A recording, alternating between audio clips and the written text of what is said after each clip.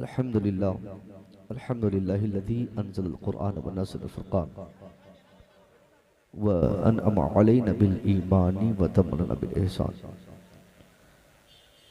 व सलातु व सलामु अला मन कान नबिय्युन व आदम बैनल माइ व तीन व अला आलिहि व अस्हाबिहि अजमईन अम्मा बाद फ़अऊज़ु बिल्लाहि मिनश शैतानिर रजीम बिस्मिल्लाहिर रहमानिर रहीम सुम्मा ला तुसअलूना यौमइज़िन अनिन नईम सदक़ल्लाहुल अज़ीम। दुरूद शरीफ पढ़ें। अल्लाहुम्मा सल्लि अला सय्यिदना शफ़ीअना नबीना मौलाना मुहम्मदिन बारिक वसल्लिम सलातु व सलामुन अलैका या रसूलल्लाह सल्लल्लाहु अलैहि व आलिहि वसल्लम।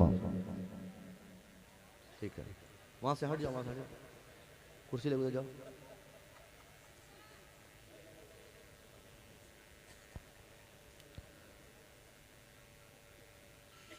पहली मर्तबा बरादर मुकर्रम हज़रत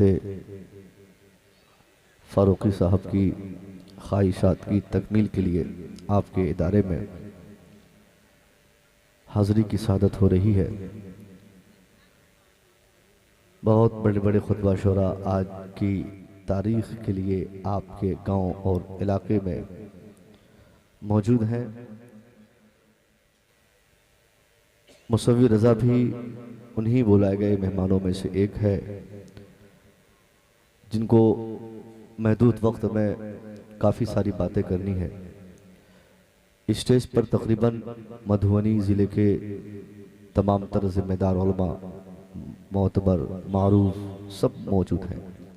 बैठिए, अभी आधे घंटे की तकरीर होगी मेरी, और उसके बाद अगर आप इसी तरह बैठे रहेंगे तो 10-20 मिनट और मांग लूंगा। किसी तरह मुश्किल से 1 घंटा मैं कंप्लीट करूंगा, मुझे भी बहुत दूर जाना है। और आपके चेहरे को मैं पढ़ रहा हूं कि आपको अभी तकरीर सुननी है, तकरीर की ख्वाहिश आप रखते हैं। क्योंकि ये मुकर्रमपुर है ना, और यहाँ के ताल्लुक से मुझे पहले से ही बताया गया, हमारे खान साहब ने बताया, ये हमारे भाई साहब ने बताया कि वहाँ लोग बहुत तकरीर सुनते हैं। तो अगर आप सुनना चाहते हैं तो आप बैठें, मुतमईन रहें, इंशाअल्लाह आपको तकरीर सुनाई जाएगी। तकरीर का मतलब पैगाम होता है, तकरीर का मतलब किस्सा नहीं होता है। तकरीर का मतलब मैसेजेस होते हैं, आपको पैगामात दिए जाएंगे। आज न जाने कितनी कॉन्फ्रेंस है इस्लाह मुआशरा के नाम पर इसी मधुबनी में हो गई। यही मिथिलांचल, सीमांचल, बिहार, पूरा भारत इस्लाह मुआशरा कॉन्फ्रेंस, इस्लाह मुआशरा कॉन्फ्रेंस। हमने नाम रखा इस्लाह मुआशरा कॉन्फ्रेंस, और उसमें हमने एक वेद पढ़ने वाले को बुला लिया। हमने नाम रखा इस्लाह मुआशरा कॉन्फ्रेंस, उसमें हमने एक रिवायती खिताब करने वाले को हमने मदऊ किया। लंबी चौड़ी कहानी सुनाई गई और बहुत किस्से सुने हमने, तकरीर हो गई, नारे लग गए, हमने वेद सुना, हमने पुराण सुना, हमने वेद और शाम क्या बोलते हैं ऋग्वेद सुना, ये सारे मंत्र सुना दिए गए। और सुबह पता चला कि इस्लाह मुआशरा कॉन्फ्रेंस का कोई मतलब ही नहीं रहा। अगर इस्लाह मुआशरा कॉन्फ्रेंस या कोई भी कॉन्फ्रेंस जो जलसा हमारा होता है, उसका बुनियादी मकसद कौम की इस्लाह है।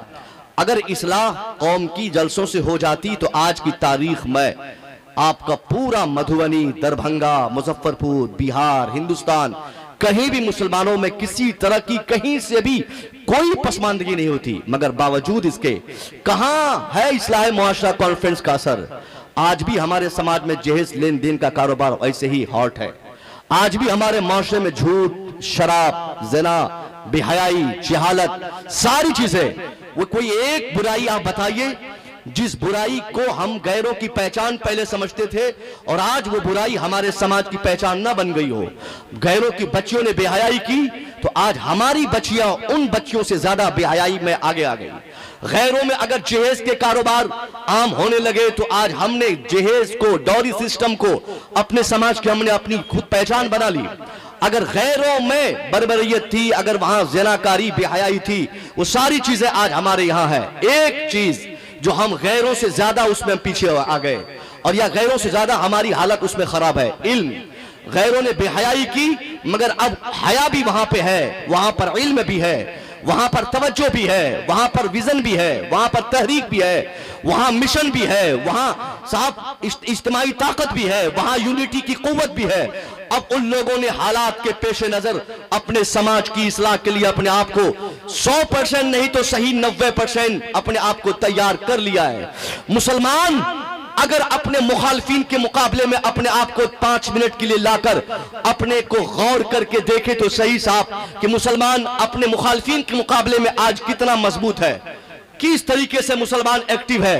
एक जरा आप बताइए, वो लोग जो आपको मिटाना चाहते हैं उनके मुकाबले में आपकी हैसियत क्या है? वो लोग जो आपकी तहरीक रोकना चाहते हैं उनके मुकाबले में आपकी तहरीक कितनी मजबूत है? वो अफराद जो आपके वजूद के खात्मे के लिए 24 घंटा एक्टिव है, 24 घंटा काम कर रहे हैं, उनके मुकाबले में आप कितना काम करते? कुछ नहीं हमारे पास। उनके पास विजन भी है, उनके पास मिशन भी है, उनके पास तहरीक भी है, उनके पास इल्म भी है, उनके पास यूनिटी भी है।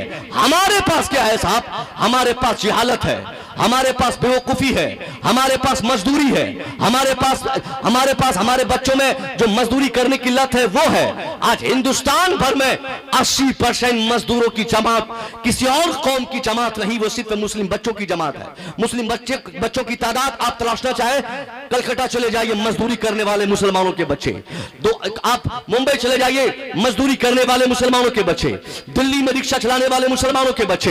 अब मुसलमान अगर ये नारा लगाए कि हजरत हम इसी से दाल रोटी चलाते हैं, अब क्या करेंगे, मेरा अब्बा किसान थे, अब्बा मजदूर थे, तो हमको मजदूर बनना लाजिम था, हम भी मजदूर बन गए। यही तो कज फिक्री हमको डुबा दी। हमने अपने समाज को सबसे ज्यादा डैमेज जो किया है, हमारे डैमेज का सबसे बड़ा कारण यह है, हम किसान तो हमने फैसले कर लिए कि किसान है तो बेटा नहीं पढ़ सकता, हम मजदूर हैं तो बेटा आलिम नहीं बन सकता, हम मजदूर हैं तो बेटा डॉक्टर कैसे बनेगा, हम मजदूर हैं, हम फैक्ट्री में काम करते, हम गरीब हैं तो हमारा बेटा पढ़ लिख कर कैसे आगे बढ़ सकता। यानी हमने अपनी गुर्बत को, अपनी मोहताजी को, अपनी बेकसी को, अपनी गुर्बत को हमने अपने लिए जरूरी समझकर, अपने लिए लानत समझकर, अपनी आने वाली नस्लों की तबाही के लिए हमने एक रास्ता बनाकर अपने बेटे को हमने समझा दिया, बेटा तू डॉक्टर नहीं बन सकता क्योंकि तेरा बाप गरीब है, बेटा तू इंजीनियर नहीं बन सकता, तेरा बाप मजदूर है, बेटा तू आईएएस नहीं बन सकता क्योंकि तेरा बाप मजदूर है। इसी कज फिक्री ने हमारे समाज के बेशतर अफराद को आज की तारीख में दिल्ली, पंजाब में, हरियाणा में, पूरी दुनिया में गुलामी करने पर मजबूर कर दिया। नतीजे में हमारे बच्चे मजदूर हो गए और उनके बच्चे, जिनके बच्चों में जिनके पास आज से 25 से 30 साल पहले जिनके पांव में चप्पलें तक नहीं थी, वो आज उनके बच्चे पढ़ रहे हैं और उनके बच्चे आज आईएएस बन रहे हैं। जिनके पास रहने का अपना जाती घर नहीं था, आज वो हमारे स्टेट के या फिर अगल बगल के राज्य के वो आज बड़े नेता या बड़े लीडर या सीएम बनते हैं। जिनको खाने की औकात तक नहीं थी, वो आज हमारे ऊपर मुसल्लत है, वो हमारे निगरां है, कोई बादशाह है, कोई हाकिम है, कोई जज बने है, कोई एसपी है, कोई डीएम है। हमने क्या किया साहब? जिनको खाने की औकात तक नहीं, उसने अपने बेटे को पढ़ाकर डीएम बना दिया। जिसको पहनने की औकात नहीं थी, उसके बच्चे आज एसडीएम बन गए, उनके बेटे आईपीएस बन गए, उनके बेटे जजेस बन गए, उनके बेटे साहब मिनिस्टर बन गए। आपने क्या किया?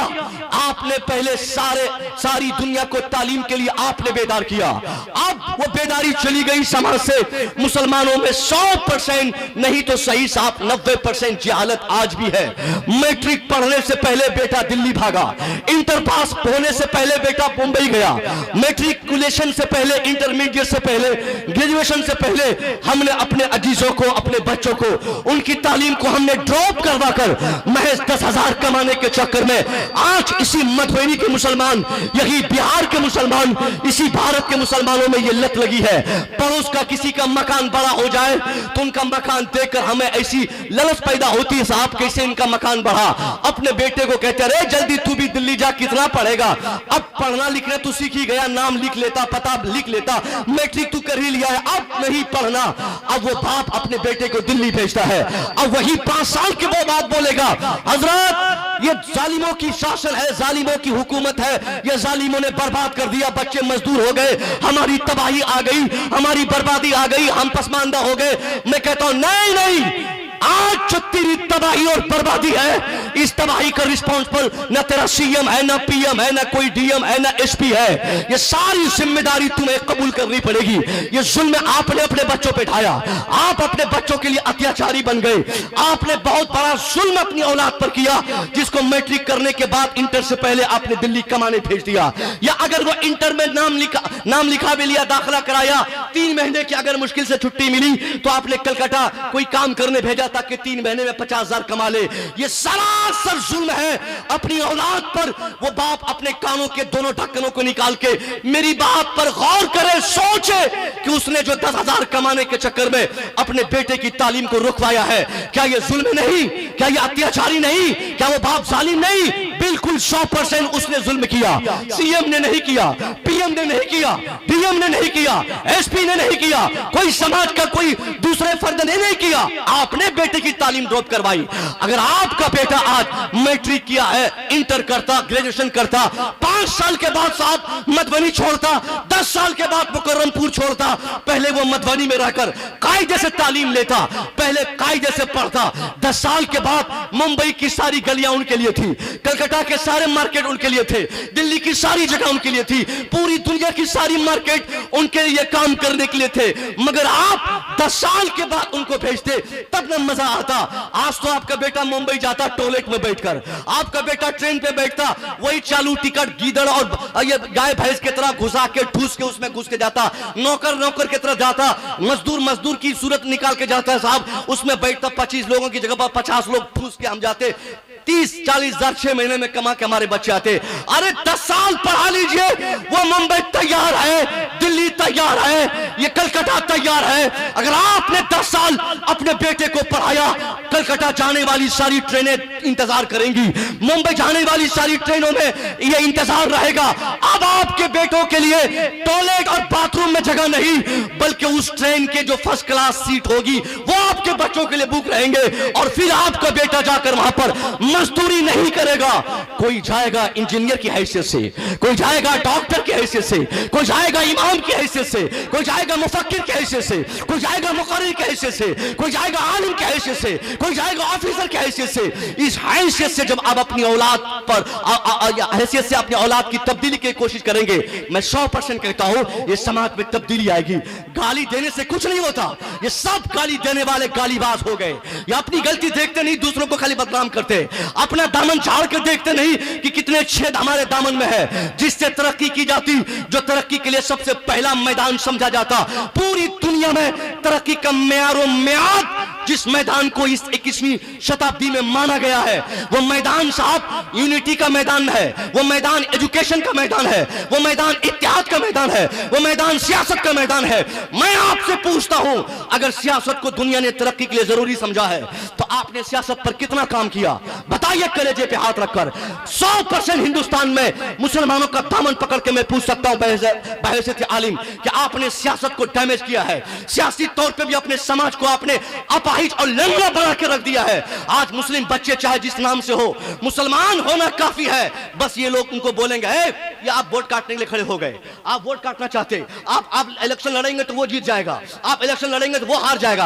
अरे कोई हारे कोई जीते, उससे आपको क्या मतलब है? हिंदुस्तान की किस पार्टी का कौन लीडर या किस पार्टी का कौन लीडरेस कौन है जो हमारी किसी खानका की पीरानी अम्मा है? कौन लीडर है जो हमारे पीरजादे हैं तो हमको तकलीफ होगी? कोई हारे सब तो उन्हीं के हैं साहब, कल उनकी बिटिया की शादी होगी, सारे लोग आएंगे। हमको क्या किया गया? 75 साल इस भारत को आजादी के हो गए, इस 75 साल में सिर्फ हमको सियासत से अलग करके गुलामी का ज़हन देकर हमें रेड कारपेट बिछाने के लिए रखा गया, हमें नारेबाजी करने के लिए रखा गया, हमें झोली ढोने के लिए रखा गया, जिसके नतीजे में पूरे हिंदुस्तान में एक भी चेहरा इल्ला माशाअल्लाह हमने अपनी ताकत और कुव्वत, अपने वोट और सपोर्ट से ऐसा नहीं मुंतखब किया जिसने हिंदुस्तान भर में सियासी तौर पे हलचल मचाई हो, नहीं किया। अगर कोई करने आ जाएगा, ये मुसलमान उनको वोट चोरवा बोलेंगे, ये मुसलमान उनको वोट कटवा बोलेंगे, ये मुसलमान उनको बोलेंगे ये घूस खाने वाला, बी टीम, सी टीम, डी टीम, कोई बी टी सी नहीं होता। होता। आप हार रहे हो, सियासी रसूख आपके समाज से निकाल दिया गया। सियासत किसको बोलते हैं? आपको क्या बताया गया? सियासत हराम है इस्लाम में? नहीं, सियासत इस्लाम में हराम नहीं, सियासत इस्लाम का इंपॉर्टेंट पार्ट है। अगर आप मुसलमान हैं तो सियासी तौर पे भी आपको जिंदा रहना आपके ईमान और अकीदे की हिफाजत के लिए भी जरूरी है। अगर आप मुसलमान हैं तो सियासी तौर पे भी सियासी शऊर आपके अंदर होना चाहिए। ये सारी फिक्र आपने ला दी। मैं पूछता हूं आपको, हमारे साहब जब से कुर्सी पर बैठे हैं तब से बिहार में एक तहरीक चली हुई है, शराबबंदी की तहरीक। शराब से इंसानों को दूर करना। हिंदुस्तान भर में सियासत की चक्री जहां घूमती है वो कहां क्या क्या है? शराबबंदी, बेटियों की तालीम, बेवाओं की इज्जत, मानवता की बात, सामान्य की बात, ये सारे मुद्दे होते हैं सियासी रहनुमाओं के। यानी बेटियों की बात करने वाला सियासी रहनुमा, औरतों को पढ़ाने वाला सियासी, पढ़ाने की बात करने वाला सियासी रहनुमा, शराबबंदी की बातें करने वाला सियासी लीडर। मैं पूछना चाहता हूं, आपने जो सोचा है कि इस्लाम को सियासत से कोई मतलब नहीं, मुझसे सुनिए, अगर शराबबंदी करने की बात करने वाला सियासी रहनुमा हो सकता है या होता है तो अल्लाह की कसम पूरी दुनिया में मेरे मुस्तफा से बड़ा सियासी लीडर कोई नहीं हो सकता। कि पूरी दुनिया में सबसे पहले और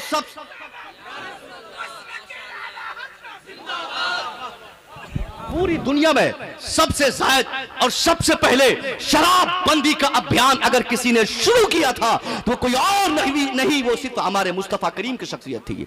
अगर औरतों को, बेवाओं को इज्जत और सम्मान देने की बात करने वाला सियासतदान होता है तो मुझे कहने का हक दिया जाए कि मेरे नबी से बड़ा सियासी रहनुमा दुनिया में कोई नहीं, क्योंकि रियल में मेरे मुस्तफा ने ही औरतों को इज्जत दिलाई है। हकीकत में मेरे नबी ने ही बेटियों को पढ़ाने की बातें की है। हकीकत में इंसानियत और मानवता के डेवलपमेंट की बात करने वाला पैगंबर मेरे मुस्तफा है। तो इसलिए अगर ये सारी बातें करने से कोई अगर सियासी रहनुमा होता है तो हमें कहने दिया जाए कि मेरे नबी से बड़ा सियासी लीडर कोई नहीं। जब मेरे मुस्तफा सियासतदान थे तो हम क्यों नहीं सियासत करते? यही गजफिक्री, इसमें आप छट गए, यानी सियासत में आप घुलट गए। आपकी हैसियत नहीं, गोया आपकी अब तरक्की यकीनी नहीं है। अब आप मार खाने के लिए तैयार रहिए, पिटने के लिए तैयार रहिए, अब जलील होने के लिए तैयार रहिए, क्योंकि आपने सियासी तौर पर अपने समाज को उल्टा पुल्टा कर दिया। अब दूसरी अगर बात करूं मैं, यूनिटी की बात करो, यूनिटी के दृष्टिकोण से, यूनिटी के तनाजुर में अगर मुसलमानों को हम चेक करते हैं आज की तारीख में, सबसे ज्यादा डैमेज हालत इस वक्त इत्तेहाद के मामले में वो मुसलमानों में है। सबसे ज्यादा कहीं भी, मुकर्रमपुर हो, मधुबनी का शकरी हो, मधुबनी हो, आपका दरभंगा हो, हर जगह ये जब से पीर लोगों ने घुसपैठी की है तब से हमारे यहाँ इंतशार और इख्तलाफात की नई सूरत बनती चली गई और अब वो गंभीर होता चला गया। आज हम मशरब के नाम पर एक दूसरे के लिए लाठी तान देते, क्या हुजूर? नहीं तानते, अपना तक नहीं समझते। और हम यूनिटी की बात करते हैं, हम इत्तेहाद की बात करते हैं। हमने मशरब के नाम पे, हमने पीर के नाम पे, मैं जामिया अशरफिया में ये जुमला कहा था, ये फिक्र मैंने 2-4-5 में देने की कोशिश की थी, वक्त कम मिला था। मैं इस तरह के मजमे का इंतजार कर रहा था ताकि कहीं एक माहौल मिले जो मुसलमानों को कह सकूं कि साहब ये दर्द है, दर्द। हमने मशरब और पीर खाने और ये सब पूछकर हमने सामने वाले को साइड कर दिया। सामने वाला अशरफी आया, हमने कहा कौन सी खानका? बोला मैं खानका अशरफिया से रिलेटेड हूं, और बिल इत्तेफाक हम अगर खानका है बरकातिया या रजविया के हों तो हम उनको साइड कर देते। अगर सामने वाला हमसे पूछ ले कि आप कौन सी खानका के, हम अगर रजविया बोल दें और वो अशरफिया से जुड़े हों तो वो हमको अपना दुश्मन समझते। ये फिक्र आज हिंदुस्तान में इस तेजी के साथ गर्दिश कर रही है कि हम जैसे खतीब के नाम इश्तिहार में छपने के बाद इतने फोन कॉल्स इस इलाके से आते हैं, खास करके सीतामढ़ी और मधुबनी, दरभंगा, नेपाल तक से आते हैं। हजरत, अरे वो जलसे में जा रहे हैं, अरे नहीं, वो तो अपनों का जलसा नहीं है, जबकि उसमें गुम्बदे रजा की तस्वीर है, आला हजरत का नाम है, आला हजरत के नाम से जलसा है। 2-4 लोग अगर किसी खास पीर साहब के मानने वालों ने जलसा कराया तो फिर हमारे पेट में ऐसा दर्द होता, खतीबों को रोकते, शायरों को रोकते, आलिमों को रोकते, तफरीक बताते और ये कहते कि वो हमारा नहीं, वो हमारा नहीं, वो हमारा नहीं। भाई ये कौन सी दुनिया हमने बनाई है? इत्तेहाद कायम कीजिए, और हमारे लिए इत्तेहाद कायम करने के लिए कोई भी खानका का, कोई पीर का मुरीद होना ये जरूरी नहीं, सब अशरफी हो जाएं। कोई फर्क नहीं पड़ता, सब रजवी हो जाए कोई फर्क नहीं पड़ता, सब बरकाती हो जाए कोई दिक्कत नहीं। खानकाहियत, अशरफियत, रजवियत, बरकातियत, चिश्तियत, ये कुछ भी हमारे लिए माइनर नहीं। हमारी अपनी किस्मत है, हमको खानका रजविया की सौगात मिल जाए अपनी किस्मत है, किसी को अशरफियत की बरकत मिल जाए ये उनकी किस्मत है, किसी को बरकाती दौलत मिल जाए ये उनकी किस्मत है, ये अपनी किस्मत पे उनकी छोड़ दीजिए। आप मशरब जानकर किसी को अपना ये बेगाना फैसला करने के आपको हक नहीं है। हाँ, अगर एक रास्ता आपको चेक करने का कोई है तो वो एक ही रास्ता है। आप ये ना पूछें किस खानका से, आप ये ना कहें किस पीर साहब से, आप ये ना कहें किस पीर खानका से। आपको अगर कुछ पूछना है तो आप सिर्फ उनका मसलक पूछें, आपको पूछना है तो मसलक के आला हजरत पूछें। अगर वो सामने वाला बरकाती है, चिश्ती है, रजवी है, अशरफी है, जो भी है, आला हजरत को जानता है और आला हजरत को मानता है तो वो हमारा भाई है। वो अशरफी है तो हमारा भाई है, बरकाती है तो हमारा भाई है, चिश्ती है तो हमारा भाई है, मसलक के आला हजरत का पैरोकार है तो हमारा भाई है। किसी खानका से मुरीद भी है तब भी, नहीं भी है तब भी हमारा भाई है। और अगर वो मसलक के आला हजरत का पैरोकार नहीं, उनके नाम के लेबल के साथ रजा लगा रहे, उनके नाम के साथ रजवी लगा रहे, तब भी हमें डाउट करना चाहिए कि वो हमारा भाई नहीं। यह तरीका चेक करने का है। हम पीर के नाम पे उसको अलग कर दिए, जिसके नतीजे में खुरफात हमने नई जिहत हमने इसको दे दी और आज मुसलमान आपस में बढ़ गए। ये इससे भी आपको तौबा करना है। मसलक के आला हजरत पे चलना, आला हजरत के फार्मूले, रसूल और ज़ाब्ते की रोशनी में हम अपनी सुन्नियत की हिफाजत की कोशिश करें। ये हमारे लिए एक सबसे सटीक इत्तिहाद का रास्ता है। ये मैं क्लियर कर दिया, बात समझ में आ गई हजरत? अब बड़े बड़े उलमा बैठे हैं, एक एक जुमले नोट हो रहे हैं। ये कैमरा वाला जो है इसका इंतजार करता है कि कोई ऐसी गलती हो जाए, थोड़ी सी भी चूक हो जाए, आगे की कटिंग पीछे की कटिंग करवा के 2 मिनट की तकरीर डाल दी जाए। उसके बाद फिर कल से व्यूअर्स बढ़ेंगे, सब्सक्राइबर बढ़ेगा। अब मौलवी साहब फंसेगा, फोन उनके पास आएंगे, तौबा उनसे करवाया जाएगा, रुजुनामे लिखने की कोशिशें उनसे होंगी। तो साहब मैं तो अल्हम्दुलिल्लाह सरकार ताजुल शरिया का करम है कि बहुत हद तक अब तो कोशिश रहती है, अभी तक तो ऐसी नौबत नहीं आई है, मगर जबान है कभी फिसल जाए, क्या कहना, हम तो इंसान है ना। मगर फिर भी एहतमाल रहता है, खता का एहतमाल है, इंसान है। अगर हो जाए तो मैं आखिर में तौबा कर लूंगा, मगर ये अस्पष्ट बात मैं आपसे करता हूँ, अस्पष्ट बात, आखिर में तौबा कर लूंगा मतलब है अभी भी तौबा है, इरादा नहीं गलती करने का, मगर ये है कि मैं जबान अगर लग जाए। जी सर, यहाँ भी गुंजाइश निकल रही थी क्या? यहाँ पे गुंजाइश निकल रही थी जी। तो इत्तिहाद की मैं बात कर रहा हूँ, इत्तिहाद की सूरत मसलक के आला हजरत, इत्तिहाद की सूरत पीर साहब नहीं है। पीर साहब बेचारे तो खुद परेशान है साहब, क्यों आप पीर साहब के नाम पे अपनी दुनिया अलग बना रहे हैं? हम तो कितने ऐसे पीरों को जानते हैं जिस पीर को अल्लाह उनके मुरीदों के तूफैल जन्नत अता फरमाएगा। क्या समझे? पीर साहब की जान जिस तरह दुनिया में मुरीदों की वजह से बच रही है, गाड़ियां दौड़ रही है, घर चल रहे हैं, उसी तरह से आखिरत में भी मुरीद की दुआएं और उनकी नमाज, ये सब पीर साहब के काम आएंगे, पीर साहब बख्शे जाएंगे। इसलिए उनको अपना काम करने दें, माने, मगर आप ये देखें कि वो पीर, सामने वाला पीर साहब का दामन मैं मसलकी लिहाज से कोई कहीं से दाग तो नहीं है।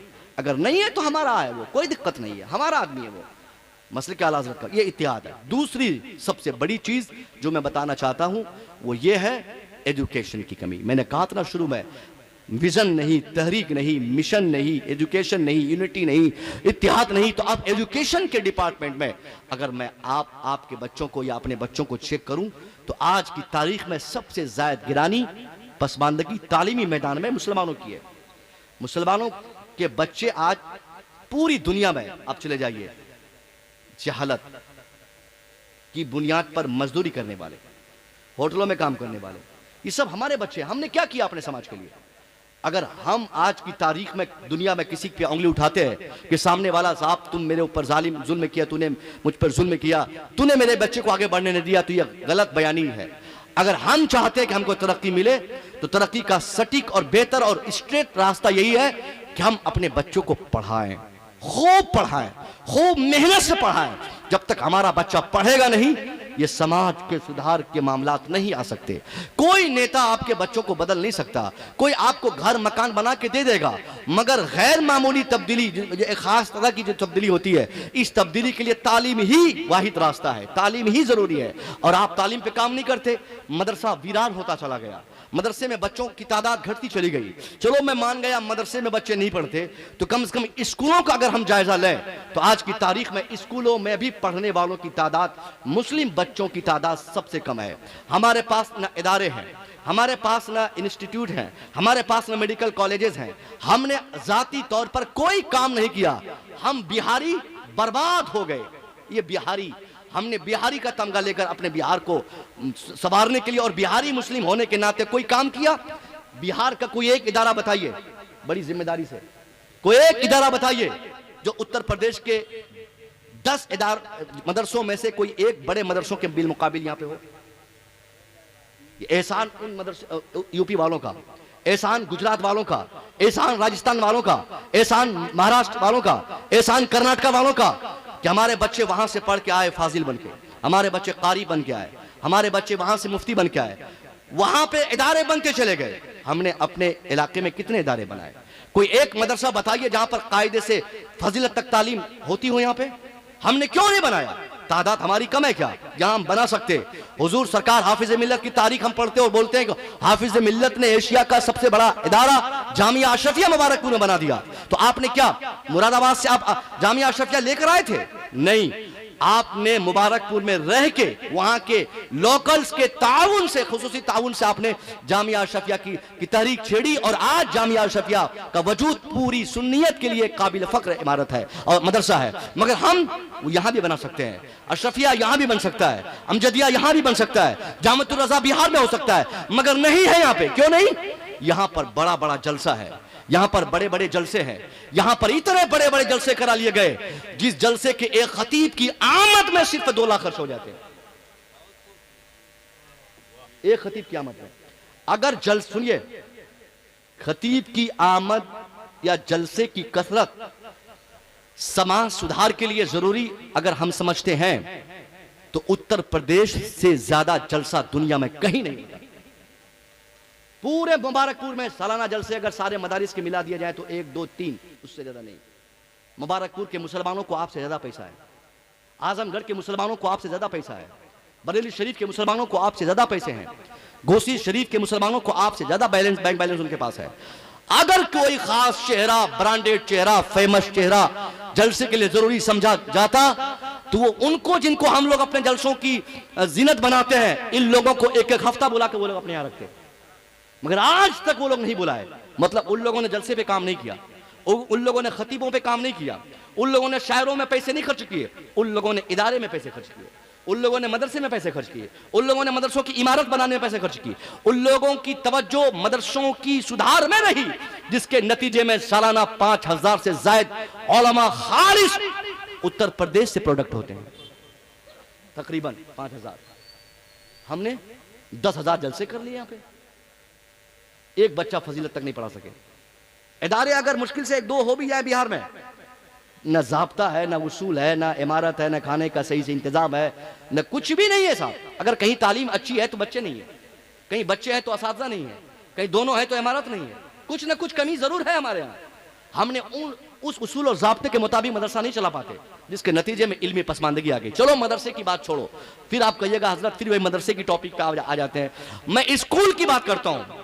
स्कूल कितने आपने खोले, कॉलेजेस कितने आपने बनाए, मेडिकल कॉलेजेस कितने आपके बिहार में हमारे हैं? एक भी बता दीजिए जो खालिस कौमी फलाह के लिए मेडिकल कॉलेज कोई एक मुसलमान बनाया हो। अगर कोई उसके लिए शुरू भी करता है तो 5 साल के अंदर तमा और हिर्स और लालच की आंधी में इस तरीके से अपनी तहरीक को वो गुम कर देता है कि फिर वही 5-5 लाख फीस मांगता है, फिर वही घुसखोरी करता है, फिर वही एडमिशन के नाम पे पैसे मांगता है। इसका मतलब जब जिस कम्युनिटी का एक भी कायदे का मेडिकल कॉलेज नहीं, जिस सोसाइटी और जिस समाज में एक भी लॉ कॉलेज हमारा नहीं, जिस समाज में एक भी इंजीनियरिंग कॉलेज हमारा नहीं, जिस समाज में एक भी हमारे लिए बेहतर इदारे नहीं, तो उस समाज की तालीम की पुख्तगी का रास्ता कैसे हम समझ सकते हैं और क्या उसकी हैसियत हो सकती है? आज इस बड़े मजमे में मैं ऐलान कर दूं, अल्लाह ने अगर आपको तौफीक दी है साहब, अल्लाह ने अगर आपको पैसे दिए हैं तो आप इदारों में खर्च करें। अगर आप मुनफरिद हो, अगर आप तनहा नहीं कर सकते तो कोई बात नहीं, 10-20 लोग मिलकर करें। मगर जरूरत है कि शकरी में एक मेडिकल कॉलेज आपका अपना हो, शकरी में एक इंजीनियरिंग कॉलेज हो, शकरी में एक ग्रेजुएशन कॉलेज हो। लेकिन आप कहां बना पाते? क्यों नहीं बनाते आप? इसलिए कि आप सोचते क्या है, हमको क्या करना है, कहीं हमारा बेटा पढ़ लेगा, कहीं कैसे पढ़ लेगा, गैरों के स्कूल में पढ़ेगा, गैर की बोली सीखेगा, गैरों के वातावरण में रहेगा, गैरों का माहौल उनको समझ में आएगा, गैरों के स्कूल्स और कॉलेजेस में वो तालीम पाएगा, बहुत हद तक उनकी तहजीब उनमें। हेलो,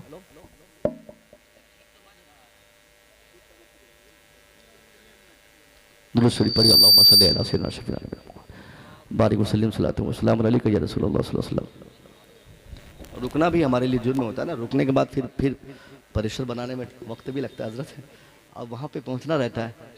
आपने हमने तालीम पर काम नहीं किया।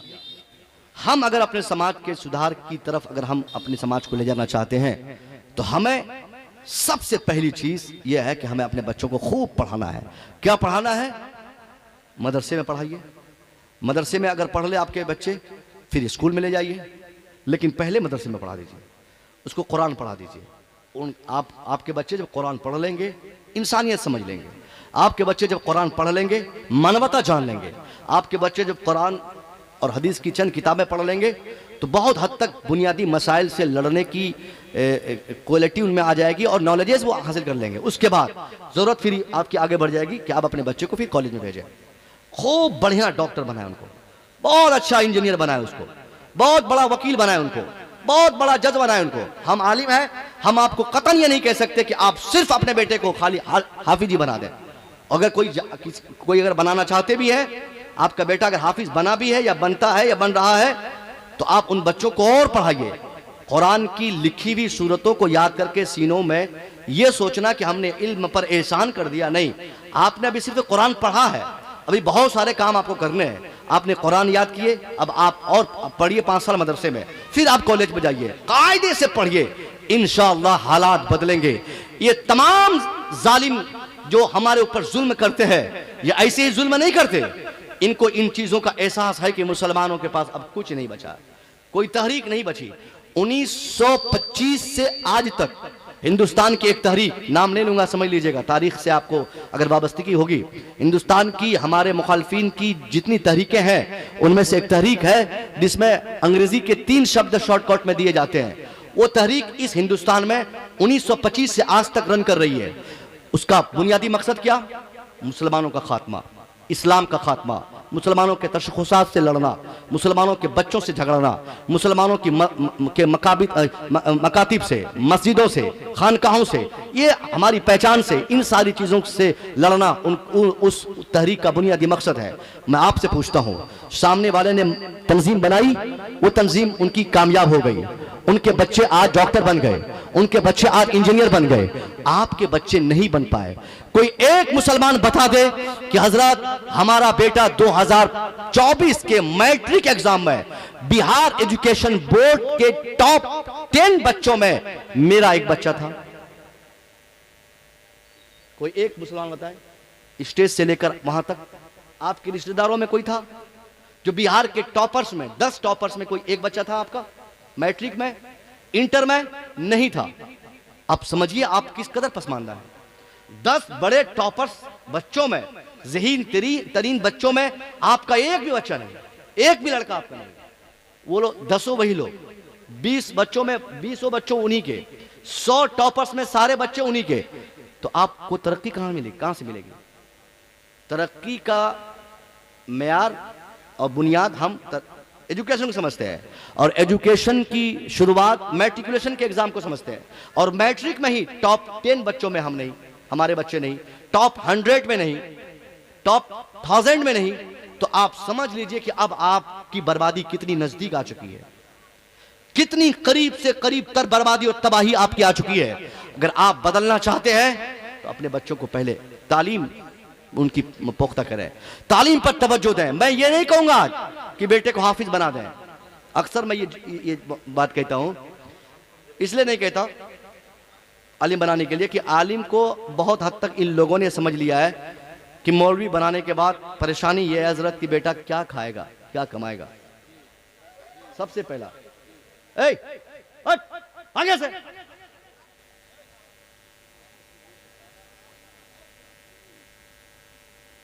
मौलवी बनेगा बेटा तो खाएगा क्या, कमाएगा क्या, ये बोलता है ना, ये फिक्र हमारे ज़हन पे है। और 3 साल के बाद हजरत वही आदमी बोलता है इमाम साहब के बारे में कि इमाम साहब बहुत खाते हैं। अपने बेटे पर बात आ गई तो बोलता है हजरत बेटा मेरा आलिम बनेगा, क्या खाएगा क्या पहनेगा। अब मौलवी साहब का कपड़ा छू के बोलता है हजरत क्या रुपया मीटर लिए हैं। इनका कपड़ा देख रहे हैं ना, ये तालिब इल्म है, स्टूडेंट है, मुमकिन है ये लोग दाम पूछने आ जाए कि आपने वो कितने में खरीदा था। तो अगर आपको लगता है कि मौलवी अच्छा खाता है और अच्छा पहनता है तो अपने बच्चों को क्यों नहीं मौलवी बनाते हैं।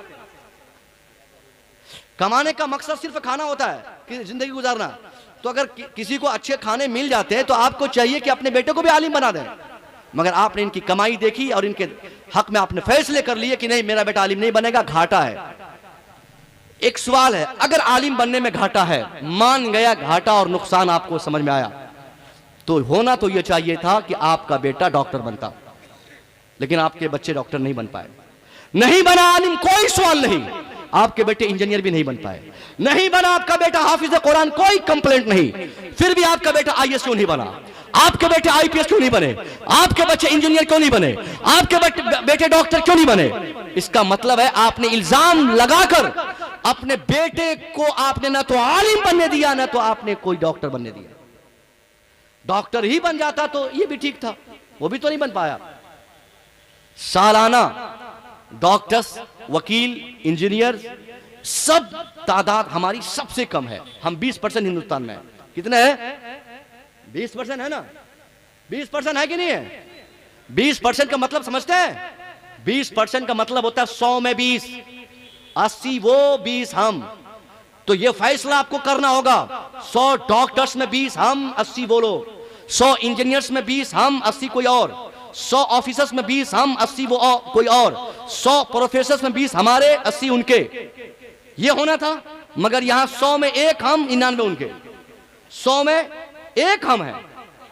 ना आईएएस है हमारे बच्चे, ना आईपीएस है। पढ़ाइए साहब, आईएएस की बनाइए, नहीं बनते बच्चे।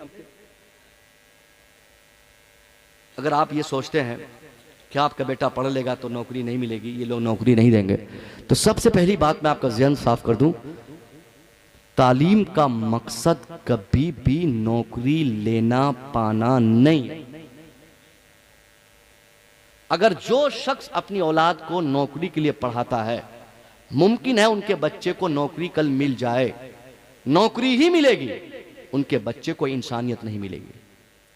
उसका बेटा नौकरी पा लेगा, मगर नौकरी पाने से उनके माँ बाप के सारे प्रॉब्लम्स खत्म नहीं होंगे। इसलिए बच्चों को भी कभी यह मत बताइए कि तुमको नौकरी लेनी है इसलिए तुम मेहनत करो। उनको कहना कि तुमको इतना पढ़ना है कि तुम समाज की जरूरतों की तकमील करो, इंसानियत की हिफाजत करो, खुद को की हिफाजत, खुद के डिफेंस के लिए पढ़ो। इस नीयत से आपको पढ़ना है, नौकरी के लिए नहीं पढ़ना है।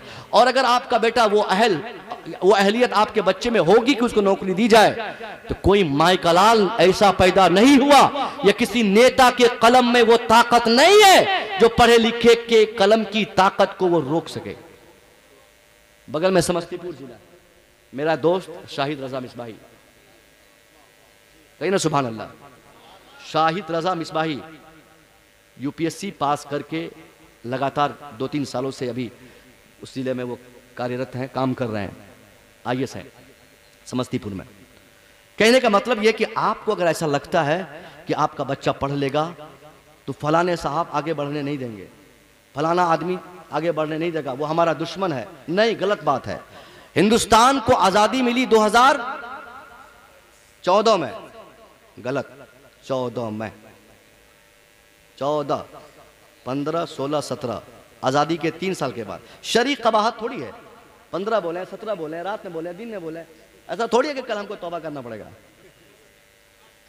कोई बोले 14 तो हम भी 14 बोले, हमारा क्या नुकसान है भाई, जो बोलवाए बोल दीजिए। 14 में हिंदुस्तान आजाद हुआ। इस आजादी के 3 साल के बाद यूपी भी आजाद हो चुका था 17 में। उसी 17 में शाहिद रजा ने यूपीएससी का फॉर्म भरा, उसके बाद एग्जाम में बैठे हुए, 18 में रिजल्ट आया। रिजल्ट की जब फहरिस्त बनाई गई, जहां मोहन का नाम, जहां सोहन का नाम, जहां गीता का नाम, जहां सीता का नाम, जहां गणेश का नाम लिखा था, उसी फेहरिस्त में नुमाया तौर पर 5 टाइम नमाज पढ़ने वाला, एक मुश्त दाढ़ी रखने वाला, बरकाती टोपी लगाकर एग्जाम और कंपटीशन में बैठने वाला, इंटरव्यू देने वाला शाहिद रजा मिसबाही का भी नाम शामिल था। ये इस बात की दलील है, जो पढ़ेगा वो आगे बढ़ेगा। चाहे आजादी 14 की हो या 47 की बात करने वाला इंटरव्यू ले, उससे कोई फर्क नहीं पड़ता। सामने वाला अगर तालीम याफ्ता है तो किसी के अंदर ये जुर्रत नहीं कि उसका होलिया, चेहरा, किरदार, टोपी देखकर उसकी लियाकत और सलाहियत को दबा सके। इसलिए आप अपने बच्चों को पढ़ाइए। हुकूमत मजबूर होगी आपके बच्चे को तरक्की देने के लिए। आपका बेटा मधुबनी का डीएम बनेगा तब आपकी हालत बदलेगी। आपका बेटा दरभंगा का एसपी बनेगा तब आपकी हालत बदलेगी। आपका बेटा सिविल कोर्ट का, हाई कोर्ट का, सुप्रीम कोर्ट का वकील बने या जजेस बने तब यह सुधार मुमकिन है। वरना आज की सूरत हाल यह है साहब कि आपके बच्चों की हैसियत पानी ढोने की भी नहीं है उन ऑफिसेज में रहकर जहां पर उनके बच्चे कलम चलाते हैं। गलत है। हमारे बच्चे झाड़ू भी नहीं देते वहां पे सुप्रीम कोर्ट में। सुप्रीम कोर्ट का वकील जिस रूम में रहता, वहां पे हमारे बच्चे को दरबान बनाने के लिए भी लोग तैयार नहीं है। कौन हमारे हक में फैसला करेगा? इनसे फैसले की उम्मीद करते हैं जिनका बुनियादी मकसद ही हमारा खात्मा हो। इनसे आप इंसाफ की उम्मीद करते हैं जिनका बुनियादी मकसद आपकी जबान, आपकी तहजीब मिटाने की बात हो। अभी 4 दिन पहले एक जाहिल ने क्या कह दिया, उर्दू जबान का ताल्लुक कटमुल्लाओं से है, जबकि उन्हें समझना चाहिए कि हिंदुस्तान की जबान है ये। उर्दू जबान तहजीब की जबान है, सकाफत की जबान है, हिंदुस्तानियों की जबान है। मौलवी की जबान उर्दू नहीं है। उर्दू अगर मौलवी की जबान होती तो अरब का हर इंसान उर्दू पढ़ता। पहले हम उर्दू इसलिए पढ़े हैं कि उर्दू हमारे हिंदुस्तान की जबान है। तो अब उनको सिर्फ लगा, एहसास हो गया, तो उस पर मिटाने पे लोग आ गए। मैं क्या कह रहा था कि आपकी सूरत बदलने के लिए आपको सिर्फ इस पे काम करना होगा। आपके बच्चे कलेक्टर बने, डीएम बने, जजेस बने। जब इंसाफ तब करेंगे आपके बच्चे जब वो आपके बच्चे होंगे, तब फैसले आपके हक में आएंगे। वरना गैरों से फैसले की उम्मीद करना बेकार है। गैरों से, मुखालिफिन से इंसाफ की तवक्को बेकार है। आपको या तो मरने का इंतजार करना चाहिए, बर्बादी का इंतजार करना चाहिए, या फिर बर्बादी का इंतजार आपको नहीं है तो तालीम पर काम करके आपको 10 साल के लिए अपने कानों के दोनों ढक्कन बंद करके आपको सिर्फ एजुकेशन पे काम करने की कसम खा के आगे बढ़ने की कोशिश करनी है। कोई बोलने आ जाए कि बिहार हमारा है, को लो बिहार तेरा। कोई कहने पे आ जाए बंगाल हमारा, को हाँ लो बंगाल तेरा। कोई बोले अब 10-20 दिनों से दिल्ली भी हमारी हो गई, को 20 दिनों से नहीं 20 साल के लिए तुम दिल्ली ले लो, हमसे कोई मतलब नहीं। मुंबई भी तेरा तो लो मुंबई भी तेरा। कोई कुछ मेरा तेरा करे, कोई बोले कोर्ट मेरा को लो तेरा, कोई बोले कचहरी मेरी को हाँ तेरी, कोई बोले डीएम मेरा बेटा को हाँ तेरा बेटा, कोई बोले एसपी मेरा बोल हाँ लो तेरा। जो मांगे आप देते जाएं। 10 साल तक गारंटी से आप कसम खा के अपने बच्चों की तालीम पर काम करने आप लगे। जमीन बेचना हो बेच दे, मकान बेचना हो बेच दे, खेत बेचना हो बेच दे, प्रॉपर्टी बेचनी हो बेच दे, जेवरात बेचने हो बेच दे, सारी ताकत छोड़ दे। जमीन बेच के बच्चों को पढ़ाना, इसमें कोई शर्म और आयब की बात नहीं। मकान बेच के भी बच्चों को पढ़ाना, इसमें भी कोई शर्म की बात नहीं। बच्चों की तालीम के लिए जेवरात भी बेचना, इसमें कोई ऐब नहीं। ऐब तो तब है साहब कि आप जमींदार हैं, बेटा अंगूठा छाप है, ये ऐब की बात है। आपके पास 4 स्कॉर्पियो लगी है आपके दरवाजे पर और बेटा आपका डॉक्टर नहीं बन पाया, ये ऐब की बात है। आप पैसे वाले हैं और आपके बच्चे जाहिल रह गए, ये ऐब की बात है। इसमें ऐब नहीं कि आपने पैसे खर्च किए इंजीनियरिंग के लिए, आपने पैसे डाल दिए इंजीनियरिंग की फीस के लिए, आपने बच्चे को डीएम बनाने के लिए जमीन घर सब मकान बेच दिया। नहीं, जो बेचना हो आप 10 साल के लिए बेच बाच कर अपने बच्चों को पढ़ाने पे लग जाएं। 10 साल के बाद आप देखेंगे ऐसी तब्दीली आएगी, ऐसा बदलाव आएगा। ये भारत रहेगा, ये दुनिया रहेगी, ये बिहार रहेगा और वो लोग भी रहेंगे अगर जिंदा, जो आज बोलते हैं कि बिहार मेरा है, अगर वो जिंदा रहे तो खुद देखेंगे। जिंदा नहीं रहे ये लोग तो इनकी आने वाली नस्लें मुलाहाजा करेंगी कि मुसलमानों की 10 साल की मेहनत से ऐसी तब्दीली इस हिंदुस्तान में आएंगी कि सारी इमारतें रहेंगी, ये कोर्ट रहेंगे, ये कचहरियां रहेंगी, ये ऑफिसेस रहेंगे, ये कलेक्ट्रेट रहेगा, सारी इमारत रहेगी। उनकी इमारत में उनकी कुर्सी पर बैठकर कलम चलाने वाला कोई और नहीं, वो आप या आपके बेटे होंगे। आपका बेटा जब तक उसके घर में जाकर कलम नहीं चलाएगा, फैसले आपके हक में नहीं हो सकते। बात समझ में आ रही है? वक्त शायद बहुत ज़्यादा हो गया, 11:50 हो गया है, मुझे ख़त्म भी करना है, 1 घंटे का वक्त था। ये सारी बातें मेरे जहन पर आई, बहुत दर्द था, बहुत दर्द था, बहुत बड़ा। बर्बाद हो गए हम। अब तालीम पे काम करें। दूसरा बड़ा पैगाम, तालीम के साथ साथ एक बड़ा काम आपको ये भी करना है कि अपने बच्चों को आप उनकी निगाहदाश्त करनी है, उनको नोटिस करना है। बसूरत गार्जियन आपकी जिम्मेदारी बिटिया को सिर्फ स्कूटी देने की नहीं है। स्कूल और कॉलेज जाने के लिए आपके बच्चों को पैसे देना, कपड़े देना, बस का इंतजाम करना, हॉस्टल की फीसेस देना, ट्यूशन फीस देना, ट्यूटर को मुंतखब करना, ये सारी जिम्मेदारी होने के साथ साथ एक गार्जियन होने के नाते आपकी जिम्मेदारी ये भी है कि आप अपने बच्चों की तरबियत की भी फिक्र करें। तरबियत की भी काफ़ी कमी आज मुसलमानों के बच्चों में, हमारे बच्चों में काफ़ी गिरावट आई है। ये हम लोग पहले बोलते थे कि बेटी को दीनी तालीम दो तो बेटी सुधर जाएगी, मगर अब 2-4-5 महीनों से हम लोग ये सब बात नहीं बोलते, क्योंकि दीनी तालीम याफ्ता बच्चियां भी भागना शुरू कर दी है। क्या हज़रत? कोडरमा का वाकया सुना आपने? अखिल भाई क्या नाम था? नुसरत जहां, सबका नाम याद रहता है इनको। नुसरत जहां, कोडरमा की हमारी बेटी, वो सालसा पढ़ी हुई, नमाज पढ़ने वाली, वो बेटी भाग गई। और भागना तक तो ठीक था, मगर ईमान का सौदा करके भागी। अल्लाह की कसम, अल्लाह को एक मानने वाली बेटी, अल्लाह की बारगाह में पेशानी झुकाने वाली बेटी, अब ऐसे करने पर मजबूर हो गई है। क्या कमी रही होगी साहब? आपने गौर किया कभी सब चीजों पे? वहां तालीम की कमी नहीं थी, तालीम याफ्ता बच्ची थी, पढ़ी लिखी बच्ची थी। मीडिया वालों ने जब उनके घर का जायजा लिया, उनके वालिद साहब से पूछा कि जब इस कदर पुख्तगी और शिद्दत के साथ शरीयत की आमेला वो बच्ची थी, तो उनको इस तरह की हरकत नहीं करनी थी, लेकिन इसकी वजह क्या हो सकती है? तो पता चला उस बच्ची के हुजरे में एक मोबाइल फोन भी था, और उस मोबाइल फोन में एक ऐप डाउनलोडेड था, सब मालूम है हमारे उलमा को माशाअल्लाह, स्नैपचैट। स्नैपचैट के जरिए वो बच्ची अपने जिससे भी ताल्लुक उनका था उससे राब्ते में रहती थी।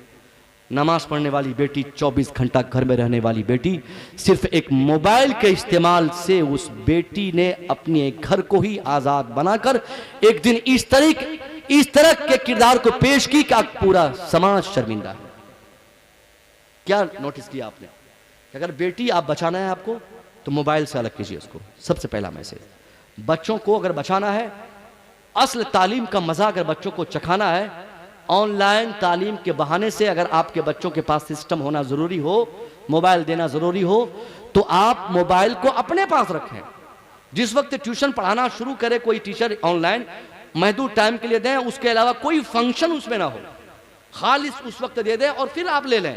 अगर आपने मुकम्मल अख्तियार उनको मोबाइल देकर दे दिया, 9th में पढ़ने वाली बच्ची आज 15 साल 14 साल की बेटी 18 साल के बाद आजादी का ऐसा गलत मफहूम आपको समझा देगी कि आप सिवाय रोने के दूसरा विकल्प आपके पास नहीं रहेगा। उस वक्त बेटी यही कहेगी, अब्बा मैं डिग्रीधारी बेटी, मैंने कॉलेज में तालीम पाई, मुझे हमारा संविधान बताता है कि 18 साल के बाद की बच्ची बाअख्तियार है, जहां चाहे ब्याह करे कोई रोक नहीं सकता। फिर आपके पास आपके डंडे नहीं होंगे, उस डंडे में उतनी ताकत नहीं होगी जो आप अपनी बेटी या अपने बेटे को उनके मर्जी के मुताबिक काम करने से आप रोक सकें। अभी रोकने का टाइम है। अभी बेटी आपकी 14 साल की है, अभी 12 साल की है, अभी वो बेटी नाइन्थ में पढ़ती है, 8th में पढ़ती है, वो बच्चे अभी छोटे हैं, उनकी तहजीब, उनकी सकाफत की सारी जिम्मेदारी आपके कंधे पर है। आप उनको पढ़ाने की फिक्र करें और जबरदस्त तरीके से तरबियत की फिक्र करें। जब अगर आपने उनकी तरबियत और तालीम दोनों की पुख्तगी के लिए अगर आपने सोच लिया, मैं दावे से कह सकता हूं आपकी बेटी पढ़कर समाज की जरूरतों को भी तकमील करेगी, सनद भी लेकर आएगी, डिग्रियां भी होंगी और तरबियत की बुनियाद पर अच्छी मुस्लिम बच्ची भी हो जाएगी। बर्बाद हो गया। अब गिनती बताने के लिए नहीं है हमारे पास टाइम की, दरभंगा से इतनी हजार, ये क्या बोलते हैं, बिहार से 5000 और गोरखपुर से 10,000 और यूपी से 1 लाख बच्चियां भाग गई। 1 लाख भागे, एक भागी तो है, बेटी किसकी, हमारी तो है। माना कि आपकी बेटी है, आपसे मेरा ताल्लुक खून से नहीं तो क्या हुआ, ईमान से है। हमारे समाज की किसी की बेटी अगर इस तरह की पेशकदमी करती है तो इसकी बुनियाद पर पूरे समाज का सर शर्म से झुक जाता है। इससे पहले कि हमारी बच्चियों को यह गलत मफहूम उनके ज़हन पे आए, नबी की हदीस सुनिए, ईमान ताज़ा होगा। मुस्तफ़ा फरमाते मन राअ मिनकुम मुनकरन फलयुगय्यिरहु बियदी, anyone who sees any types of disease in your society. तेरे समाज का कोई व्यक्ति अपने समाज में जहां भी, जिस प्रकार से भी, जिस तरह से भी कोई भी एक्टिविटीज जो खिलाफ शरअ करता हुआ किसी को देखे तो बहैसियत मुस्लिम उसकी जिम्मेदारी है कि उस एक्टिविटीज को रोककर उस जगह पर अच्छाई को जन्म दे दे। क्या इख्तियार दिया इस्लाम के पैगंबर ने? हाथ के इस्तेमाल के लिए पहले आपने कहा, हाथ का इस्तेमाल का मतलब डंडा उठाया जाए, लाठी उठाना पड़े तो लाठी उठाया जाए, जूते चप्पल उठाने पड़े तो जूते चप्पल उठाया जाए। तो इसके लिए आपके बच्चों की सुधार के लिए उलमा जूते मारने नहीं जाएंगे, या हमारे उलमा लाठी लेके आपके घर पे दरवाजे पर डंडे लेकर नहीं रहेंगे कि देखे कौन पढ़ता, कौन नहीं पढ़ता, कौन नमाज पढ़ता, कौन गाली बोलता। ये सारी चीजें बहैसियत बाप आपको करना है, भाई की सूरत में आपको करना है, ये सारा काम आपको करना है, ये सारी एक्टिविटीज आपको करनी है, तरबियत आपको करनी है। जैसे ही माँ को लगता है कि मेरी बेटी के ताल्लुकात किसी से नाजायज तरीके से हो गए, क्योंकि माँ जान लेती है, माँ 100% कोई झूठ नहीं बोल सकता। आज रो रो के बोलती है नहीं हजरत मालूम नहीं था, दिमाग बहका दिया था, किसी ने तावीज दे दिया था और तावीज दे के उनको बहका दिया। सब ढकोसलाबाजी है, ये मगरमच्छ और गाड़ियां, ये आंसू है सिर्फ। सब माँ को पता रहता है कि उसकी बेटी कनेक्टेड है किसी से, उसकी बेटी रात में बात करती किसी से, उसकी बेटी के पास सिम कार्ड है, उसकी बेटी की सिम मोबाइल चलाती है,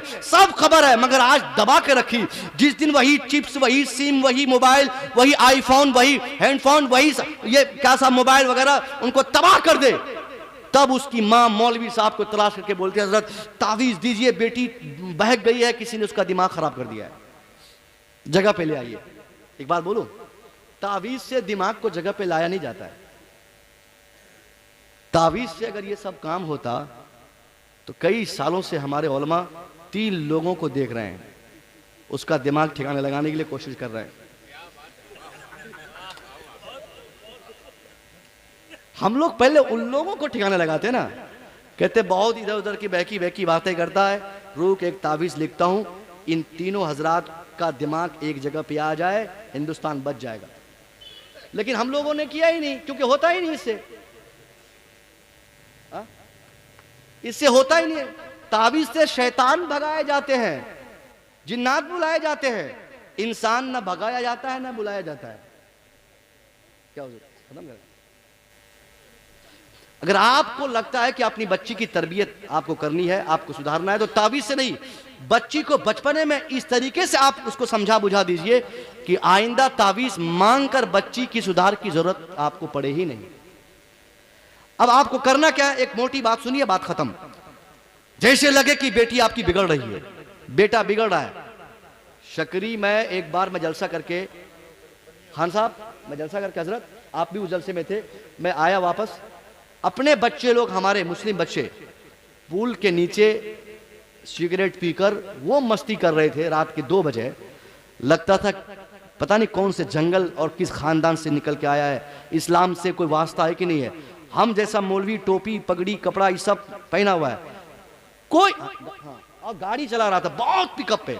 तो मैंने इनसे कहा इस मरदूत की गाड़ी रोक के चाबी छीनिए तो, और छीनिए, इनका बाप आएगा तो इसको भी जूता मारूंगा कि आज इसका बेटा मर जाएगा बीच रोड पर एक्सीडेंट होके, तो कल हमसे टाइम मांगेगा और मैं रहूंगा सफर में, बोलेगा जनाजा पढ़ाने आइए। इससे बेहतर है कि अभी इसको मरने से बचाया जाए। जनाजा पढ़ाने की फुर्सत नहीं है हमारे उलमा में। अब बहुत सारे मुताले के काम कर रहे हैं, इनको तसनीफ के काम करने हैं, इसलिए बच्चों को मरने से बचाना है आपको। गाड़ी आपका बेटा चाबी लेकर चला गया, 15 साल का बेटा भी बालिग नहीं हुआ, आपने चाबी क्यों पकड़ाया? और रात के 12 बजे चाबी लेके, रात के 12 बजे सिगरेट पीते हुए, रात के 12 बजे गया पी के घर जाता है। ये बाप कुछ नहीं बोलता है। और जिस दिन बेटा चित होगा रोड पे, फिर चक्का जाम करके हुकूमत से कहेगा कि 5 लाख रुपया दे मेरे बेटे के नाम पे। और खुद आप देखिए, वो खुद बाप को बुला रहा था। हैरत की बात तो यह है कि हमको कह रहा है कि अभी दिखाएं आपको, बुलाएं अब्बा को। तुरंत फोन लगा रहा था बाप को, हमको बुलाने लिए। इसका मतलब घर से बच्चों को आजाद आपने कर दिया है। आपने बेटों को नहीं देखा कि रात के कितने बजे आपके बच्चे आए। आपने कभी यह तवज्जो नहीं की बेटा आपका सिगरेट पीता कि क्या पीता। जब बहुत ज्यादा बच्चे बिगड़ जाते तब आंखें खुलती है। नहीं, आज आप इस्लाम आपको अख्तियार देता है, पहली गलती पर जबरदस्त सजा आप दें। बेटी हो उसके लिए, बेटा हो उसके लिए। सिगरेट पी के आ जाए, एक दिन गलती करे, उसी दिन जिस दिन पहली शाम को गलती करता हुआ बेटा मिल जाए, उसका कॉलर पकड़ के बीच चौराहे पे लाइए, जूता निकाल कर आप खुद ही उसको 5 जूते उसके सर पे लगातार मारिए। मैं कसम खा के कह सकता हूं कि फिर दोबारा कभी भी मगरिब और इशा के बाद बेटा घर से बाहर नहीं जाएगा। आपने आजाद कर दिया। तरबियत एक चैप्टर का नाम नहीं है, तरबियत 2-4 पन्ने में लिखी हुई बातें नहीं है। आपकी पूरी लाइफ आपके बच्चों के लिए तरबियत के लिए है। आप उनकी तरबियत करें। इस्लाम इसी तरबियत की बात करता है। कु अनफुसकुम व अहलिकुम नारा का मफहूम भी यही है। हमको, आपको, सबको जन्नत जाना है, तो जाहिर है हमको भी उस जन्नत की तरफ जाने के लिए कोई काम करना है ऐसा जिससे हम जन्नत जा सके, रब को खुश कर सके। और दुनिया और आखिरत की भलाई के लिए अपने बच्चों की भी तरबियत की हमें 100% फिक्र करनी है। हजरत का जामिया, बड़ी खिदमत हजरत के जामिया की है। दस्तारबंदी का यह अजीमुशान जलसा है। कितने बच्चों की दस्तार? सरकारी मदरसा है, इसके बाद भी पढ़ाई हो रही है इसमें। कहिए ना सुभान अल्लाह। ऐसा तो नहीं होना चाहिए था। मतलब सरकारी मदरसे का मतलब ये हुआ कि अब हमको क्या करना है हजरत, हमारी तो नौकरी हो गई है, हमसे टाइम नहीं लीजिएगा, ऐसे बोलता है। 9 से 4 काम खत्म, नहीं पढ़ाना बच्चे को। एक साहब कह रहे थे मुझे, कह रहे थे क्या, बिल्कुल सच बात है। आजकल तो कहीं भी बात भी अगर तकरीर में मौलाना साहब बोल दें तो लोग पकड़ लेते हैं क्या हजरत, और पकड़ के बोलते हैं माफी मांग। ये भी डर लग रहा है ना, ये क्या भरोसा करें इन लोगों पे। आज हाथ चूमता है, कल पकड़ लेता है। हाँ, नारे भी लगाते हैं ये लोग, मुसाफा भी करते हैं, माले भी पहनाते हैं, और वक्त जरूरत कहते हैं कि बट कोहली साहब आप बहुत बेकार इंसान हैं। ये मोहब्बतें हैं। सुनिए गौर से, 17 बच्चों की दस्तार मदरसे में, वो भी गवर्नमेंट एडेड मदरसे में। बहुत बड़ी बात, मिसाली इदारा। इस वजह से अब कहा जा सकता है कि इस इदारे में 17 बच्चों की दस्तार में गवर्नमेंट पॉलिसी का कोई अमल दखल नहीं। ये लोकल पॉलिसी, असातिज़ा की मेहनत, कमेटी की जुस्तजू और ईमानदारी का ये नतीजा है कि जिस जमाने में सरकारी मदरसों ने मदरसों के नाम पर रिश्वतों, दलाली, बेईमानी, चोरी, घुसपैठी और ये सब जुल्म, ज्यादती, पैसा इधर उधर करने को जायज और बेहतर समझा हो, उस जमाने में 17 बच्चों को अपने दस्तरखान में रखकर, खिलाकर, हाफिज कुरान बनाकर कौम के हवाले कर रहा है। ये बहुत बड़ी बात है। माशाल्लाह 3 बच्चे कारी साहब भी बन रहे हैं, बहुत बड़े कारी। 3, 17, 14, 17 भी कोई गलत। अरे एक बच्चा भी आपके लिए बहुत बड़ी बात थी। इसके लिए एक बच्चा आप कम समझते हैं, यहां तो 17 है, 13 है। एक बच्चा को सरकारी मदरसे में क्या होता है, दामाद बनना पड़ेगा आपको उनका। भाई साहब हैं तो आप टाइट रहिए। फिर हमारे साथ मामलात आए हैं। आज मुस्तफ़ा की महफिल से बोल रहा हूं। एक साहब ने मेरी जिंदगी में ही मेरे सामने में कहा था कि अगर तेरी नौकरी इस मदरसे में हो गई तो मैं टेंशन से जहर खा लूंगा। क्योंकि मेरा ताल्लुक उस साहब से, रिश्ते से नहीं था जो नौकरी देते हैं। मैं सिर्फ एक आलिम होने की हैसियत से था उनके यहाँ। अब वो चूंकि दामाद था, रिश्तेदार था, खानदान का था, परिवार का था, इस पर भरोसा था और वही हुआ जो कहा जा रहा था, वही होता ही है। होना हुआ तब क्या, अल्हम्दुलिल्लाह वो सारे अफराद वहीं पे रह गए और मुसव्विर के लिए आज हिंदुस्तान का हर एयरपोर्ट इंतजार कर रहा है। अगर नौकरी की हैसियत से भी देखें अगर आप मौसवी रजा को, तो उनसे कई हजार गुना बेहतर सर्विस अल्लाह ने भी मुझे अता की है। मेरा दिल टूट गया था उस जमाने में, चूंकि जिसको पेशाब करने का शौर नहीं था वो भी मदरसे में चला गया, फाजिल पोस्ट पे। आलिम साहब, फाजिल साहब, ये साहब आप लोग ध्यान दें, ये उलमा हमारे, इनके लिए सिर्फ एक मदरसा है, सिर्फ एक मदरसा तालीम के लिए। ये दिल्ली पंजाब में हरियाणा में जाके काम नहीं करेंगे। हमारे बच्चों के लिए सारे फील्ड्स खुले हैं, आईएएस बने, आईपीएस बने, डॉक्टर बने, इंजीनियर बने, ना कुछ बनना हो तो मजदूर बने, रिक्शा चलाएं, कोई भी काम करे हमारे बच्चे कर सकते हैं। मगर जिन्होंने 10 साल मदरसे में तालीम पाई हो, इनके लिए तो सिर्फ एक ही इदारा है जिसे हम मदरसा कहते हैं। और वहां भी अगर हम मर्जी का काम करने लगेंगे तो दीन तो रुक जाएगा। यही होता है जो आज हुआ है। आज अगर आप लोगों ने ये दिखा दिया है कि आदमी अगर ईमानदारी से, दिलचस्पी से काम करे तो मदरसा चाहे गवर्नमेंट हो, बदनामे जमाना हो, बावजूद इसके दीनी तालीमात वहां पे दी जा सकती है। और इसके लिए काबिल मुबारकबाद है मुकर्रमपुर की कमेटी के सारे अफराद। बहुत दिल खुश हो गया मेरा, वरना तो ताला मार के लोग रखते हैं मदरसे में। एक साहब बोले कि मैं फौकानिया का कुछ काम करवाने गया था, तो मैं बोला कि कायल बंद किए हुए गेट को। उनका जुमला बता रहा हूँ, अल्लाह माफ फरमाए। उसने क्या कहा, हाय साला सब पढ़ने आ जाता है, हल्ला हल्ला करता है। बस यही जुमला था इनका। हमको ताज्जुब हुआ यार, पढ़ने आ जाता है, हल्ला करता है। यानी बच्चे मदरसे में घुस जाते हैं पढ़ने के टाइम पे। बच्चे तो शरारत करेंगे ही। बच्चों की शरारत मौलवी साहब को समझ में बात नहीं आई, रास नहीं आई, जिसकी वजह से वो 9 बजे के बाद अंदर से ताला मार दिया कि ताला मार देंगे ना पढ़ने ही नहीं आएगा ये लोग, ना आएगा पढ़ने ना हल्ला होगा। कुर्बान जाइए, मेहनत इन उलमा की देखिए, रात दिन खटते हैं ये लोग, सिर्फ इसलिए काम करते हैं ताकि दीन बचे, दीन संभले। इसलिए आप उलमा के साथ शाना बशाना होकर आप इनकी हर तहरीक में तवज्जो दें। चंदा करने ये लोग आए, अभी रमज़ान आ रहा है, करीब से करीब तर है। रमज़ान शरीफ में आप खुद से मौलाना साहब की बारगाह में जाएं, आप निजी पैसे को आप मौलाना साहब को दें। ज़कात के पैसे को देकर मदरसा चलाना ज़रूरी नहीं है। हम लोगों ने भी आप लोग से गुजारिश है हज़रत, हम लोग ज़हन बना दिए हैं कि ज़कात से मदरसा चलता है, यही मदरसे को, समाज को खा गया है। किसने कहा, किस किताब में भाई आपने पढ़ लिया कि मदरसा ज़कात से चलता है? अरे ज़कात लेने वाले कोई दूसरे लोग नहीं है, इसलिए इब्न सबील की हैसियत से हम मदरसे के बच्चों को समझकर ज़कात की रकम को जायज़ समझते हैं मदरसों के इस्तेमाल के लिए, वो भी शरई एतबार से कई पहलुओं से उन पैसों को गुजार कर। क्या जरूरत, डायरेक्ट तो नहीं कहते, ये आपने माहौल बनाया है जिसके नतीजे में आज यहाँ पे कोई करोड़पति का बेटा हाफिज कुरान नहीं बन पाता। ये 17 बच्चों की दस्तार जो हो रही है, एक भी बेटा दरभंगा या मुजफ्फरपुर या मधुबनी के रहने वालों का सेठ का बेटा नहीं है। कोई मजदूर है, कोई पंजाब में खेती करता है, कोई लुधियाना में सिलाई करता है, कोई किसान है, उनके बच्चे। तो करोड़पति के बच्चे क्यों नहीं पढ़ते? एक सवाल पैदा होता है कि अमीरों के बच्चे मदरसों में क्यों नहीं पढ़ते हैं, क्यों गरीबों के बच्चे मदरसों में पढ़ते हैं? इसी वजह से नहीं पढ़ते। क्यों पढ़ेंगे अमीरों के बच्चे जिनकी पैदाइश एसी रूम में हुई, जिनकी परवरिश एयर कंडीशन माहौल में हुई, जिनको कभी मच्छर नहीं काटा, जिनको ब्रेड पकोड़े और नाश्ते में घी मिलते हों, ऐसे समाज से आए हुए बच्चे हमारे आज की तारीख में मदरसों में पढ़ने को तैयार होंगे?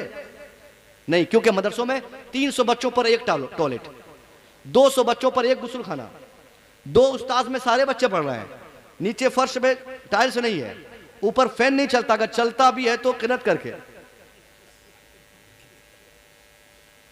है ना, मतलब एसी है ना, पंखा है ना, कुछ है।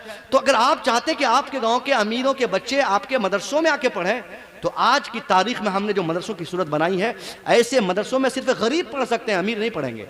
अगर आपकी ख्वाहिश है कि अमीरों के बच्चे भी पढ़ें, तो इसके लिए आपको मदरसों की सूरत बदलनी होगी। मदरसों में भी आपको एयर कंडीशन लाना होगा, मदरसों में भी आपको फ्रिज रखने होंगे, मदरसों में पानी के लिए बेहतर इंतजाम करना होगा, मदरसे के भी के फर्श में भी टाइल्स बिछाने होंगे, मदरसों में भी आपको ऑफिस में एसी रूम आपको प्रोवाइड करने होंगे, मदरसे के बच्चों के लिए भी आपको हर तरह की सहूलियत देनी होगी। फिर जाकर वो अमीर नहीं बोलेगा कि हजरत मेरा बेटा किसी कॉन्वेंट में पढ़ेगा, वो मदरसा देखकर खुश होगा और फिर जवाब देगा हजरत कॉन्वेंट में टाइम भी खर्च होता है, पैसे भी खर्च होते हैं और हमारे बच्चों की तरबियत और तालीम भी नहीं होती। अब मेरा बेटा कॉन्वेंट और स्कूल में नहीं, आपके जामिया में पढ़ेगा, यहीं पे वो हाफिज बनेगा, यहीं पे आलिम बनेगा, यहीं पे डॉक्टर और इंजीनियर बनेगा। जब मदरसा चमकेगा तब वो लोग आएंगे, मच्छर कटाने नहीं आएंगे वो लोग। और मदरसा भी चमकेगा कब? जब आप ज़कात की दुनिया से मदरसे को आज़ाद कर दें। निजी पैसा, बच्चे पढ़ते हो, आपके लिए बात था मदरसे में, मेरी एक तकरीर थी अभी कुछ दिन पहले मैंने किया था, तो बात ज़हन पे आ गई मेरी। आपके बच्चे अगर मदरसे में पढ़ें और फीस के लिए हजरत अगर 1000 रुपया मांग ले आपसे, 1000 रुपया कि एडमिशन के लिए दे दो, तो ये शिकायत गांव में जाकर आप कर देंगे कि फारूकी साहब देखे ना इस साल से 1000 रुपया ले रहा है। अरे तो क्यों नहीं लेंगे भाई? मदरसे में बच्चे रहते हैं, पैसे खर्च होते हैं। आपका बेटा स्कूल में पढ़ता है, सिर्फ किताब के नाम पे 5000 रुपया सालाना आपके खर्च होते हैं। मेरे बेटे के लिए मास्टर ने फोन किया, बोला सर किताब चेंज हो चुकी है और आप 5000 रुपया भेज दीजिए फोन पे। मैं कहा कितने बच्चों की किताब है इसमें? बोला सिर्फ आपके छोटे बेटे की किताब है, LKG में पढ़ता है बेटा। अब LKG में पढ़ने वाला बच्चा, उसकी किताब 5000 रुपये दाम। मैंने कहा कि कितनी किताब है? बोला 5 किताब। तो किसी की 800 होगी, किसी की 1200 होगी, ये रेंज होगा। मैंने कहा सर आप रहने दें, मैं आता हूं 2-4 दिन में स्कूल और ऑफिस में विजिट करके मैं कैश में परचेज कर लूंगा। और फिर मैं इसलिए ताखिर किया, मैं सोचा कि देखो साहब कि वो किताब किस धातु से बनी हुई है, कौन सा मेटल का यूज किया गया उसमें। बहुत शौक से मैं कहा मैं बुक लाओ, तो इंग्लिश की, अंग्रेजी की बुक उसने दे दी मुझे। उस बुक को देखकर मुझे हंसी आई। पहला पेज, कवर पेज जैसे पलटकर पहला पेज मैंने शुरू किया, इतना बड़ा सेब,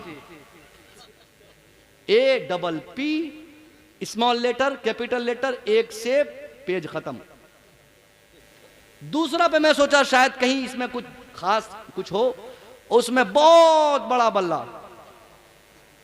हद तो ये हो गई साहब कि उसी किताब में मैंने कुत्ता का भी फोटो देखा, बिल्ली का भी देखा। जेवड़ा तक जाते जाते बुक खत्म। 1300 रुपया कीमत, 1300 रुपया। और 1300 रुपया LKG के पढ़ने के वाले बच्चे की एक किताब का दाम है। मदरसे में हाफिज कुरान बच्चे बन जाए हमारे, 1300 रुपया हम बतौर तोहफा मौलवी साहब को नहीं दे पाते। ये हालत है हमारी इस वक्त। हम ऑफिस में खुद से जाकर नहीं कहते हजरत 5000 रुपया मेरी तरफ से ले लीजिए एडमिशन के लिए, 10 बच्चों की खुराकी के लिए ले लीजिए। नहीं, ज़कात का सीजन आएगा रमजान शरीफ में, तब जोड़ेंगे कंप्यूटर पे बैठ के, कैलकुलेटर पे बैठ के 5-7 लोगों से मिलवा के जोड़वाएंगे। 1 रुपया बेसी नहीं होना चाहिए, कम हो जाए चलेगा। और 500 रुपया अगर कोई दे देते हैं कभी ज़कात की रकम में, तो वो 2 साल तक बोलते हैं कहते हम तो ज़कात निकाल दिए हैं 500 रुपया में। इसलिए साहब ज़कात पे आप मदरसा न चलाएं, आप निजी पैसा अपने मदरसों में दें। बेटा आपका नूरानी कायदा पढ़ता है, आप 1000 रुपया लाजिम पकड़ लें कि मेरा बेटा एक पढ़ता है, 1000 रुपया महीना मैं मौलवी साहब को जाके दूंगा, ताकि और ज्यादा बेहतर तालीम में पुख्तगी के लिए वो काम कर सके, तालीम ला सके। अगर आपने ऐसा काम किया, इंशाअल्लाह अजीज आपका मदरसा बचेगा, तहजीब बचेगी, सकाफत आप बचाने में कामयाब होंगे। अस्तगफिरुल्लाह रब्बी मिन कुल्ली ज़ंबिन व अतूबु इलैह। अस्सलामु अलैकुम।